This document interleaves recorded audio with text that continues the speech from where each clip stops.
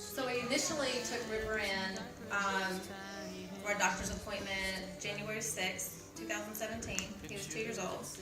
We had kind of noticed gradually back in the fall that his coloring had started changing, and we just thought he lost his tan from the summertime. And then just kind of noticed he just kind of kept a low-grade fever and just sick a lot more than he usually was. Then his caregiver, this little nanny that we had, noticed that his energy was really low and he wasn't his energetic self, especially for his age. And then he developed a rash about 2 days before I took him in. Noticed it in the bathtub.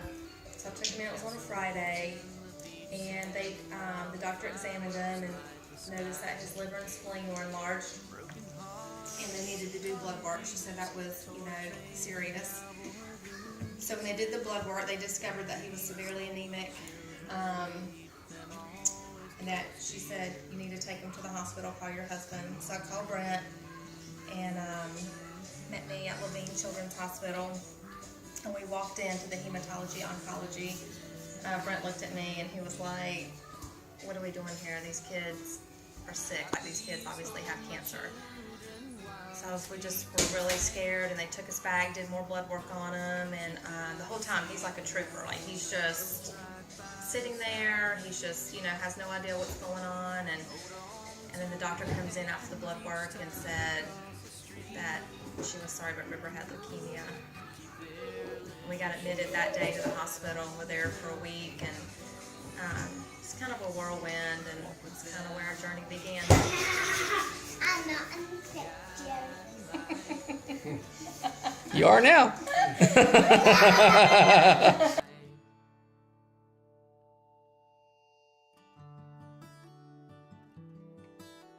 Cancer has definitely been life-changing for us. I mean, at first it was, trying to get a new normal because there's so much coming at you in those first couple of months. But honestly, I would say that walking through this experience is perspective changing, and is actually, I kind of find it a blessing because, it says he takes things that are bitter and he turns them sweet, and I think that this is one of those things where, you can, it's cancer, so it sounds bad, but you can find the good in it, and so that's been life-changing in perspective for me and for her, and so,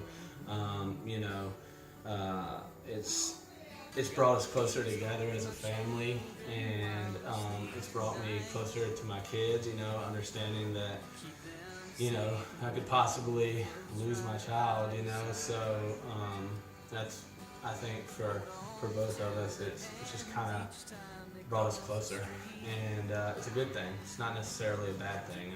I think it's good, so. Yeah, that's definitely the good part of what's happened, if trying to find the good in it. Before, our schedule was very hectic. We both worked a lot. Our kids, we have another son, Jonah, who is 6, who is, goes to school, and taking him to school, taking River to school, going to work, coming home, doing all those kind of normal things. And that day he got diagnosed, I had to quit work and be his caregiver, which required a lot more work for my husband because, we had to meet our bills and pay our bills, and I would have to take River to clinic every week to get chemo and give him medication at home. He had to go to physical therapy because he developed neuropathy. He ended up back in the hospital with an infection, having to deal with that. Just, going back and forth to the clinic, him getting chemo, me having to do shots at home with them, which I never thought I would have to do on my child, give him chemo shots and suit up and wear gloves and mask and, all these things, keep our house super clean and, kind of screen people that would want to come over and see him, and kind of just, not being able to really have a lot of freedom to, go on vacation when we wanted to. And I think there for a little bit, that was probably the hard part. Because we wanted him to be a kid, but we had to also protect him. But now that he's in maintenance, we go to clinic once a month to get his port flush to prevent infection. He gets spinal taps every 3 months, which he used to get every month. We do chemo pills at home, other medications at home with him. So it's not as rigorous, but we still have to adjust our schedule, you know, to be there for him. But our life is finally getting back to a normal rhythm, which is nice. Skinned up knees and sippy cups, man, how the times move fast. River's favorite thing to do is playing outside. This kid loves to be outside. He loves having play dates. He loves monster trucks. Spider-Man. He's gonna be Spider-Man again for Halloween, second year in a row. He loves playing Nerf guns. Yeah, he loves playing Nerf guns, riding his bike outside. I would say being outside is probably the number one. Yeah, he doesn't like to be cooped up. He's very energetic. So Yeah. he's a pretty wild kid. Yeah. Toy trains and cowboy boots. God, please hold my children and keep. For us, it's important to find a cure because with the type of leukemia that River had, he had acute lymphoblastic leukemia, ALL. They're not doing research on it anymore as of 2018 because they have found a cure. The success rate for survival is so great. And so, but it's still other forms of blood cancers and other cancers that people can get that don't have that good a success rate. And so that's why it's so important to give, you know, these people a chance and at survival and for kicking cancer in the butt. And also for, you know, the long-term effects of chemo and these medications that, you know, they have to continue to take for a couple years. That, you know, the research and to help lessen those side effects, because a lot of it could be heart failure for these, you know, kids when they're older, infertility, you know, as well as just other things, you know, getting other forms of cancer when they're older. So that's why it's so important, and just, you know, like my husband always says, like, just to pay it forward to other families. Yeah, just finding a cure that, you know, like we've been fortunate and blessed to, you know, that people have paved that road for us. So, you know, it would mean a lot to be able to, you know, find a cure and continue to pave that road for the people that they don't even know they didn't even have it yet. You know what I mean? So paving that road for them is important to us. You know, if someone did that for us. So.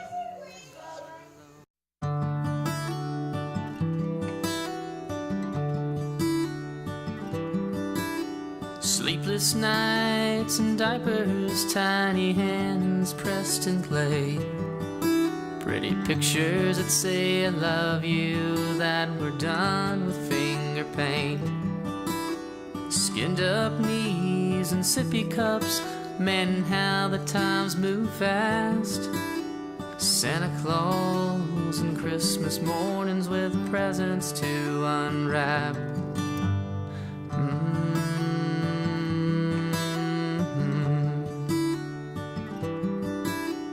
Baseball games and ballet shoes, Cinderella and Snow White, building castles in the beach sand while the fireworks light the sky. Broken hearts and Barbie Jeeps, toy trains and cowboy boots. God, please hold my children and keep them always close to you.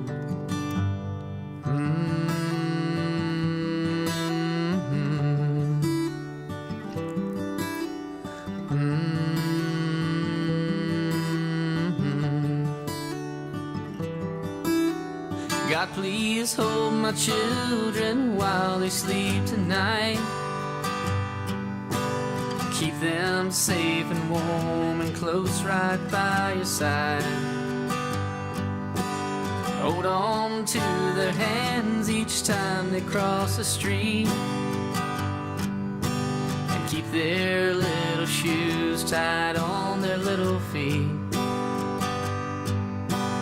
Walk with them each day and be their guide and light. God, please hear my prayer tonight.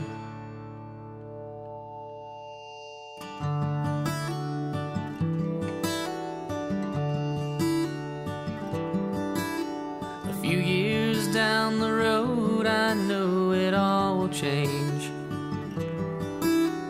High school proms and college, they'll pack the car and move away. Then one day they'll settle down to start a family of their own. God, please always be there, 'cause with you they're not alone.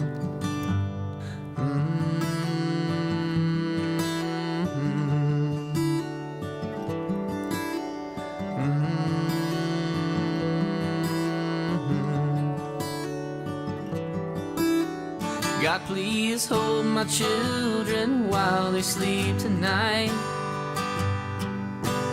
Keep them safe and warm and close right by your side.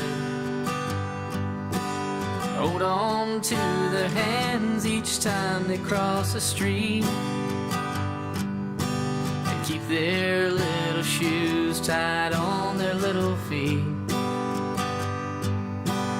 Walk with them each day and be their guide and light.